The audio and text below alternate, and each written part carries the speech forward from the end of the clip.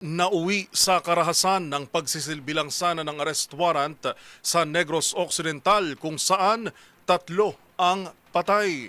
Habang nawawala naman ang 2 mangingisda sa Basilan kung saan nakita na lang sa laot ang abandonadong bangka. Yan at ang iba pang mga rumarapidong balita mula sa probinsya, hatid ng iba't ibang istasyon sa ilalim ng MBC Media Group.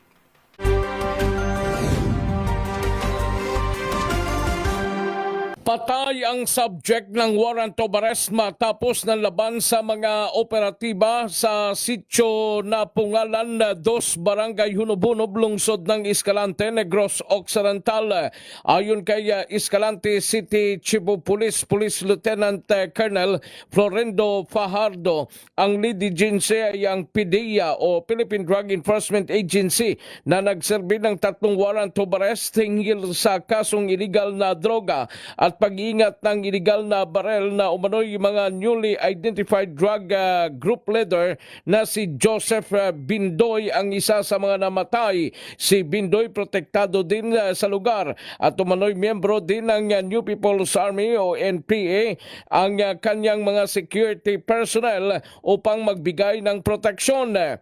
Patay din sa operasyon sina Piolo Rigodos at Roy Maniha, pawang mga residente ng nasabing lugar.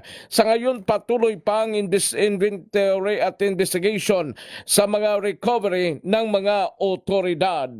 Para sa MBC TV Network News, ito si RH46 Rex Cantong, una sa Pilipinas, una sa Pilipino. Hanggang sa sinusulat ng balitang ito, patuloy na hinahanap ng Joint Elements ang 2 mangingisda na sakay na isang pump boat mula Panducan Island na patungo sa ng Isabela City, Basilan Province.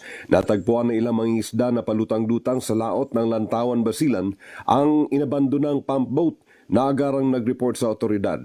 Sa report mula sa Basilan Provincial Police Office, naglunsad na ng search and rescue operations ang mga concerned line agencies at sinusuyod ang malawak na karagatan ng Lantawan, Basilan maging ng mga karatig munisipyo.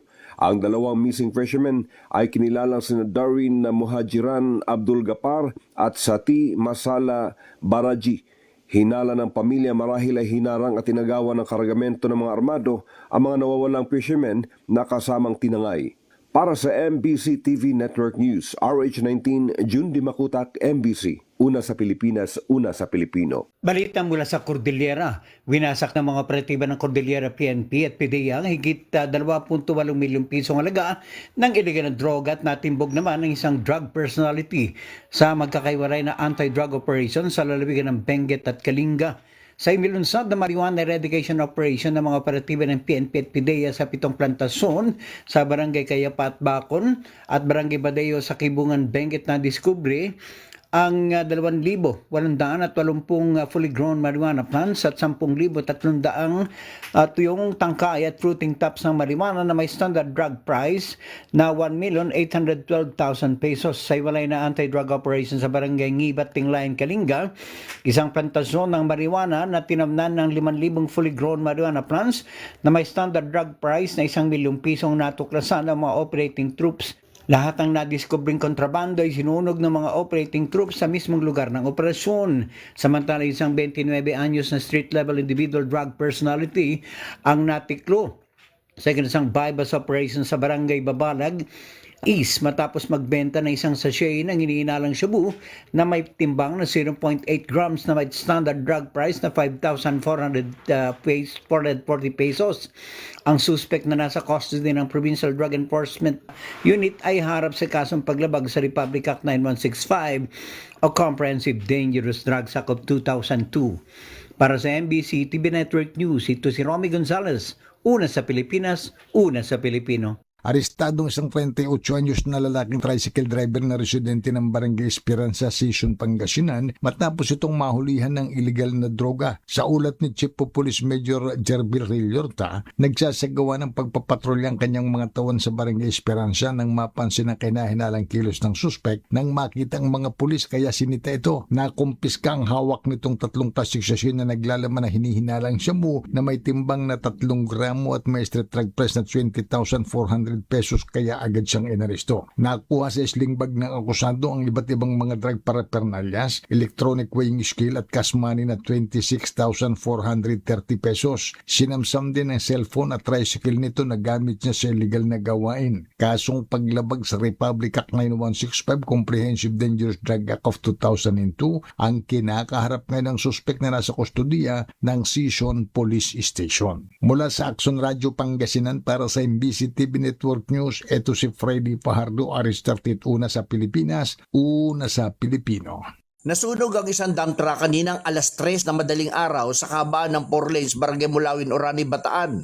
Ayon sa report, isang nagngangalang Harvey Abancena Sioson, 30 anyos driver at residente ng Hermosa, Bataan, ang nagreporta na nasusunog ang nasabing dump truck na agad itong pinuntahan ng mga otoridad sa pangunguna ni Orani Chief of Police Police Major Patrick Carlo Barcanao, subalit naapula na ang apoy ng Bureau of Fire Protection.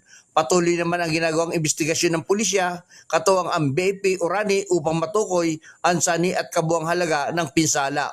Para sa MBC TV Network News, RH37, Danny Kumilang, una sa Pilipinas, una sa Pilipino. Arestado ang isang wanted person sa isagawang manhunt operation na mga otoridad sa Mampinsing, Tagnanan, Mabini, Davao de Oro. Isinagawang operasyon sa ilalim ng Manhunt Charlie bilang bahagi ng pinaigting na kampanya ng kapulisan laban sa mga taong may kinakaharap na kaso sa batas. Ayon sa report, nadakip ang suspect sa bisa ng warrant of arrest na nilabas ng 4th Municipal Circuit Trial Court na Mabini, Pantukan kaugnay sa kasong grave oral defamation. Agad ay pinalam sa suspect ang dahilan ng kanyang pagkakaresto at ang kanyang mga karapatang konstitusyonal sa wikang kanyang naunawaan. Kasalukuyang nasa kustodiya ng kapulisan ng akusado para sa tamang disposisyon habang patuloy ang paalala ng mga otoridad sa publiko na maging mapagmatyag at agad iulat ang anumang kahinahinalang aktibidad. Para sa MBC TV Network News, ito si June Suter, una sa Pilipinas, una sa Pilipino.